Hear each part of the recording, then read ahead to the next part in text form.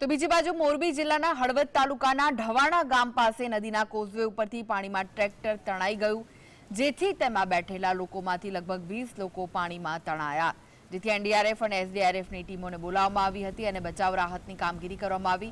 જો કે પાણીમાં તણાયેલા લોકોમાંથી 10 જેટલા લોકોને વહેલી સવાર સુધીમાં બચાવી લેવામાં આવ્યા, પરંતુ હજુ પણ જે 10 જેટલા લોકો છે તેમની શોધખોળ ચાલી રહી છે। તો હળવદ તાલુકાના ઢવાણા ગામે ટ્રેક્ટરમાં 20 લોકો હતા જે તણાયા હતા, જે પૈકી 10 લોકોને બચાવી લેવાયા છે, પરંતુ હજુ પણ 10 લોકોની શોધખોળ ચાલુ છે। ઢવાણા ગામે ટ્રેક્ટર તણાતા તંત્રએ બચાવ કામગીરી હાથ ધરી હતી। તો હળવદ તાલુકાના ઢવાણા ગામની આ ઘટના છે, જ્યાં ટ્રેક્ટરમાં 20 લોકો સવાર હતા, તેમાં બેઠેલા 20 લોકો પાણીમાં તણાયા હતા અને તેમાંથી 10 લોકોને બચાવવામાં આવ્યા હતા।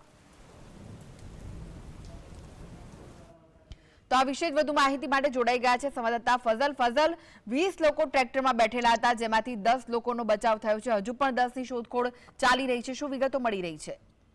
ખાસ કરીને જો ચોક્કસથી વાત કરવામાં આવે તો ગુજરાત રાજ્યમાં જે વરસાદી સિસ્ટમ સક્રિય થઈ છે, સતત વરસાદ વરસી રહ્યો છે, ત્યારે નદી નાળા અને જે જળાશયો છે ત્યાં નવા નીરની આવક શરૂ થઈ ગઈ છે। ત્યારે હળવદ તાલુકાનું જે ઢવાણા ગામ છે ત્યાંથી નદી ઉપરથી પસાર થતું ટ્રેક્ટર છે તે અચાનક પલટી ખાઈ ગયું છે। ટ્રેક્ટરમાં 20 લોકો સવાર હતા, જે પૈકીના 10 લોકો છે તે તણાઈ ગયા છે।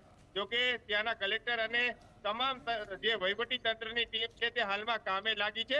ઉલ્લેખનીય છે કે આ ટ્રેક્ટરમાં 20 લોકો સવાર હતા અને અચાનક આ ટ્રેક્ટર પલટી ખાઈ ગયું, નદીમાં ટ્રેક્ટર તણાઈ ગયું। 20 લોકો પ્રથમ તબક્કામાં નદીમાં તણાઈ ગયા હતા। જોકે 10 લોકોનો આ બાદ બચાવ કરી લેવામાં આવ્યો છે। ત્યાંની સ્થાનિક તરવૈયાઓની ટીમ હોય, એનડીઆરએફની ટીમ હોય, એસડીઆરએફની ટીમ હોય, તમામ ટીમો હાલમાં કામે લાગી છે અને જે 10 લોકો હજુ પણ લાપતા છે, કારણ કે નદીના પ્રવાહ એટલો વધી રહ્યો છે કે સતત આ નદીનો પ્રવાહ ગાંડી તૂર નદી બની ગઈ છે। ઉલ્લેખનીય છે કે સુરેન્દ્રનગર જિલ્લા ઉપરાંત મોરબી અને હળવદમાં પણ સતત વરસાદ વરસી રહ્યો છે। 5 થી લઈ 10 ઇંચ સુધી વરસાદ ખાબકવા પામ્યો છે। ઉપરવાસ વરસાદ પડ્યો હોવાના કારણે નદીઓમાં પણ નવા નીરની આવક શરૂ થઈ ગઈ છે। જોકે ઢવાણા ગામની જે ઘટના બની છે, જેને લઈને હાલમાં તંત્ર અને ત્યાંના સ્થાનિક કલેક્ટર અને એસડીઆરએફ એનડીઆરએફની ટીમો પણ ત્યાં ફઝલ, આજે 20 લોકો હતા તે ક્યાંના હતા અને ક્યાં જઈ રહ્યા હતા અને નદી પરથી કેમ પસાર થઈ રહ્યા હતા? નદી ઉપરથી આ જે ખેત મજૂરો છે તે પોતાના ખેતરોથી ઘરે પરત જઈ રહ્યા હતા અને આ પ્રકારની છે તે ઘટના બની હોવાનું હાલમાં પ્રાથમિક તબક્કામાં સામે આવ્યું છે। ત્યારે આ પુલ ઉપર જે અચાનક જે નદીનો પુલ છે, ક્રોઝવે છે, ત્યાં પાણીનું પ્રવાહ વધતા અચાનક ટ્રેક્ટર છે તે પાણીમાં ગરકાવ થઈ ગયું હતું। ટ્રેક્ટરમાં 20 જેટલા લોકો સવાર હતા, તે પૈકી 10 જેટલા તણાઈ ગયા છે અને 10 લોકોનો હાલ આ બાદ બચાવ કરવામાં આવ્યો છે। જોકે આ મામલે ટીમો તો કામે લગાવવામાં આવી છે, પરંતુ હજુ 10 લોકો લાપતા છે, તેમની શોધખોળ પણ હાથ ધરવામાં આવી રહી છે। જી, રાહત બચાવ કાર્ય કેવું ચાલી રહ્યું છે હાલમાં? ખાસ કરીને રાહત બચાવની જો વાત કરવામાં આવે તો ત્યાંના સ્થાનિક એસપી હોય, મામલતદાર હોય, પ્રાંત અધિકારી હોય, સ્થાનિક તરવૈયાઓની ટીમો કામે લગાવવામાં આવી છે।